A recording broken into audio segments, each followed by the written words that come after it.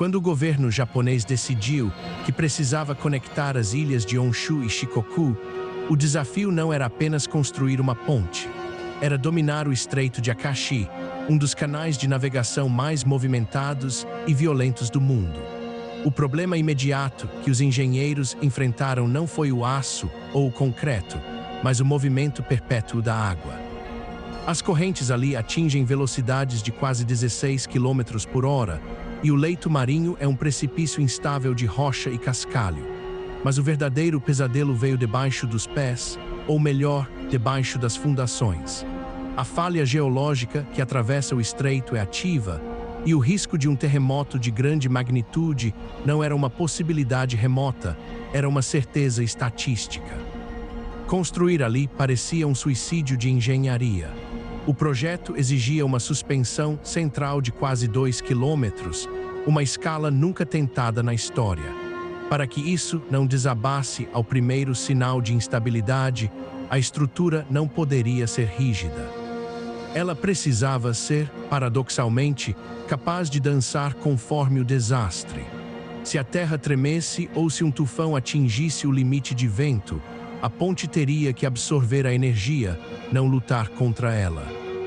Para entender a escala desse risco, imagine duas torres de 300 metros de altura, mais altas que a Torre Eiffel, fincadas em um leito onde a visibilidade é quase nula e a pressão da água é implacável.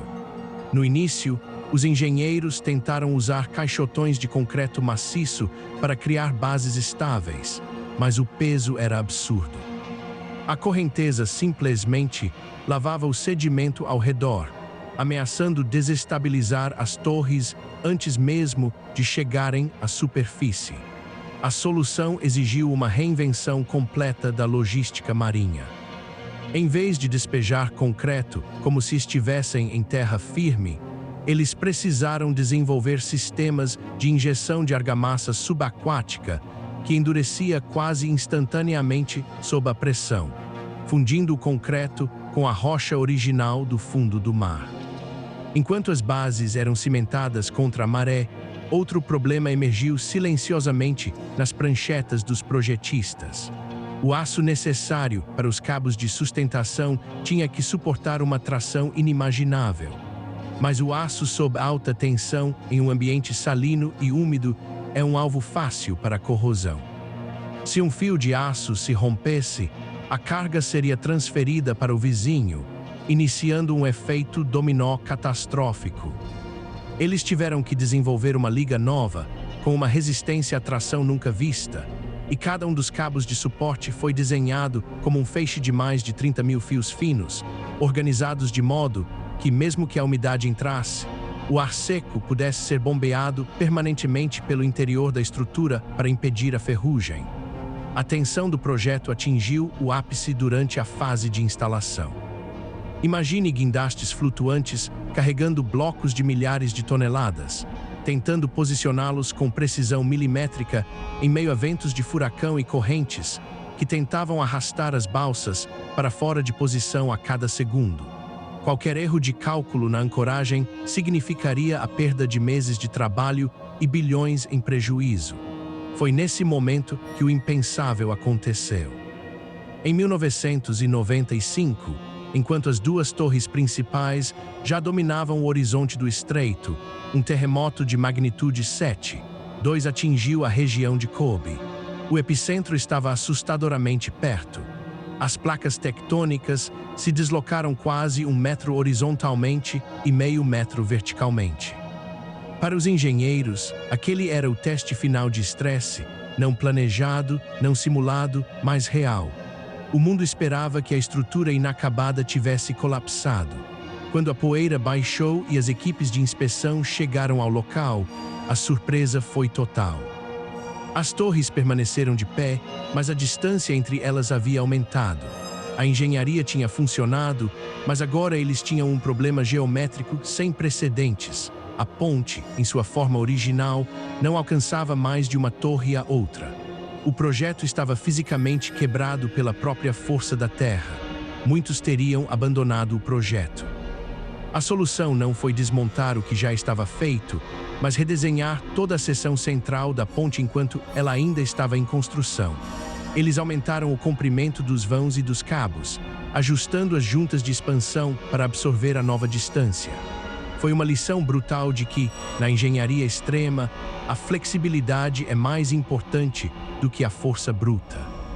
A obra foi finalizada 3 anos depois, mas a ponte que foi inaugurada era, em essência, uma estrutura que já havia sobrevivido a um cataclismo antes mesmo de receber o primeiro carro. O que torna essa construção um marco não é apenas o seu comprimento de quase 4 quilômetros ou o fato de ser um monumento ao desafio humano. É o fato de que a ponte Akashi-Kaiku vive em um estado constante de alerta. Sensores em cada trecho monitoram o vento e a vibração em tempo real, ajustando amortecedores de massa internos que balançam na direção oposta ao movimento da ponte para manter o equilíbrio. A estrutura não é um objeto estático, é um organismo de metal que respira. A verdadeira lição de tudo isso não é sobre como o homem domina a natureza, mas sobre como ele aprende a coexistir com o perigo. Os engenheiros modernos não tentam mais construir estruturas indestrutíveis, pois sabem que, diante da escala de um desastre geológico, a rigidez é o caminho para a falha. A genialidade da Akashi-Kaiku está em sua capacidade de aceitar que o ambiente é hostil e que a única forma de sobreviver é permitir que a estrutura se mova, ceda e se adapte sem nunca perder a sua integridade fundamental. O que esquecemos ao atravessar uma construção dessas é que a estabilidade que sentimos sob nossos pés é uma ilusão técnica, uma manutenção constante de equilíbrios precários. Cada vez que o vento sopra forte ou a terra vibra minimamente sob o estreito, a ponte se ajusta. Ela não parou de ser construída no dia da inauguração, ela continua sendo construída a cada segundo por meio de seus sistemas de monitoramento e de sua resiliência estrutural. O desafio final da engenharia extrema não é criar uma obra que dure para sempre, mas criar algo que seja inteligente o suficiente para saber quando ceder antes de quebrar. A ponte Akashi-Kaiku permanece como um lembrete silencioso de que, no limite da possibilidade física, o sucesso é apenas a habilidade de absorver o impacto e continuar de pé, exatamente onde o mundo tentou te derrubar.